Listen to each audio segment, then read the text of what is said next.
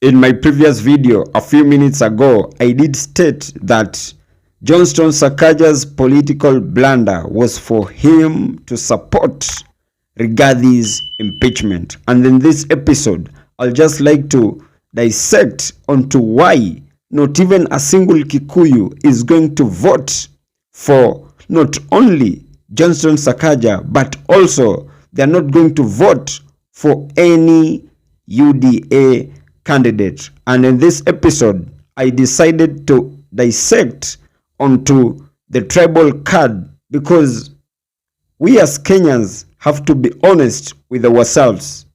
And in this context, we as Kenyans are not tribal when analyzing politics, but we are tribal when it comes to the ballot. And that shall always remain to be a fact, simply because since time immemorial, we've always been divided based on our ethnic balkanization. Now, from where I sit, I see Governor Sakaja gambling with ODM because I honestly see two uncertainties that he could be initiating with the Right Honorable Raila Amolo Odinga. And one is that he could be trying to convince the Right Honorable Raila Amolo Odinga so that ODM can give him a direct nomination certificate so that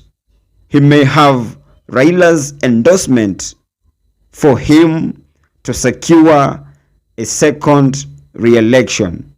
And the other uncertainty is that I see a string of possibilities that he could be sweet-talking the Right Honorable Raila Amolo Odinga so that he cannot field an ODM candidate in the gubernatorial race. And in this context, if I'm just to be specific, he wouldn't wish that Tim Wanyonyi is fielded against him, simply because he knows for a fact all the Nairobians are going to vote in favor of Tim Wanyonyi. And from where I sit, I've always seen Tim Wanyonyi as his biggest rival and competitor than the way people have been viewing Babu to be his biggest competitor. However, we know for a fact that Johnston Sakaja wouldn't want to run against another lawyer simply because he is one. And now that our politics are always ethnic balkanized, if at all he is going to win or consolidate all the Luya votes and back them so that they can vote in his favor, then he goes overboard to get a few Kambas and Kisii votes. I kid you not, he will emerge the victor. And if I may put that aside, if at all Governor Sakaja is going to convince the Right Honorable Raila Amolo Odinga so that he can endorse him and not people like Tim Wanyonyi, or so that ODM shall not field a candidate like Tim Wanyonyi, I kid you not, just with the endorsement of the Right Honorable Raila Amolo Odinga, that alone shall be a foot into his victory. And so that shall be a win-win situation for Governor Johnston Sakaja in either way. But as all these are happening, have we even asked ourselves, where shall Babu Owino be in the next general election? Remember, he's also eyeing for the gubernatorial position.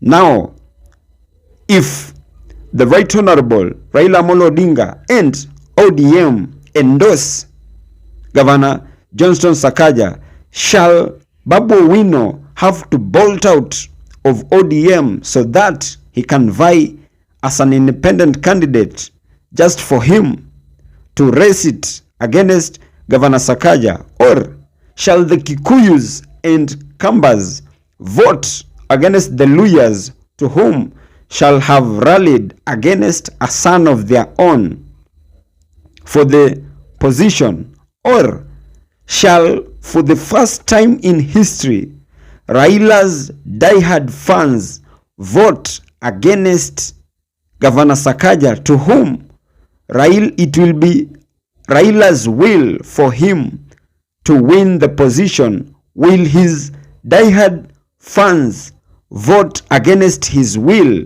so that they can make Babu Owino the next governor of Nairobi?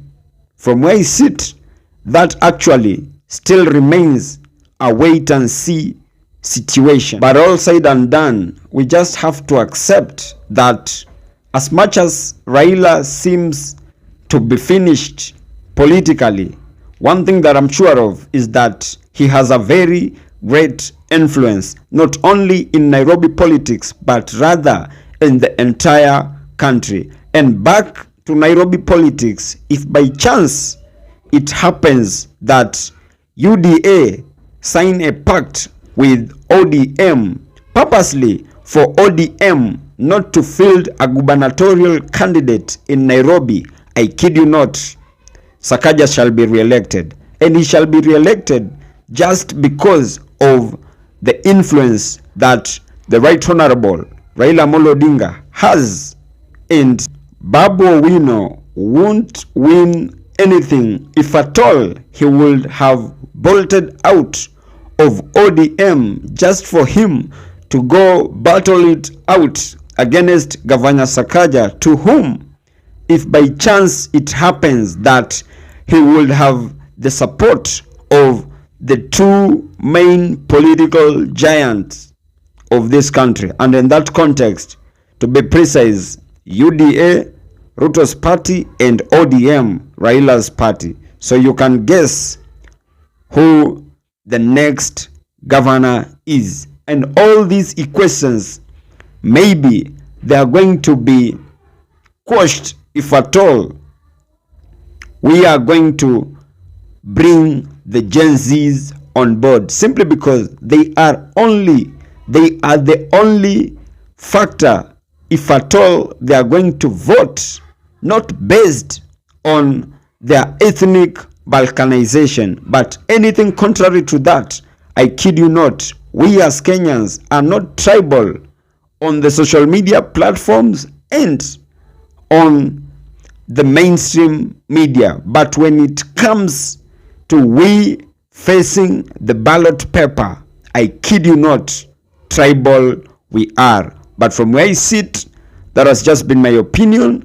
If by any chance you do have a contrary opinion to mine, you can as well feel free to drop them in the comment section, and I'll give them a right of reply. And by any chance, if you've been watching my videos and you have not subscribed, you can as well consider hitting on the subscribe button. Thank you, and may God bless you.